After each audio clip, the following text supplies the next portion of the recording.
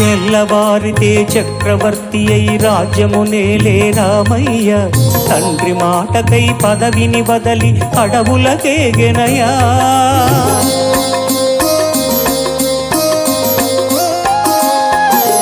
మహిళ జనులను కావగ వచ్చిన మహావిష్ణు అవతారమయ.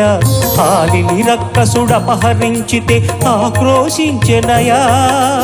అసురుని త్రుంచి అమ్మను తెచ్చి అగ్ని పరీక్ష విధించెనయా. సాకలి నిందకు సత్యము చాటగ కులసతినే విడనాడెనయ. నా రాముని కష్టం లోకంలో ఎవరూ పడలేదయ్యా.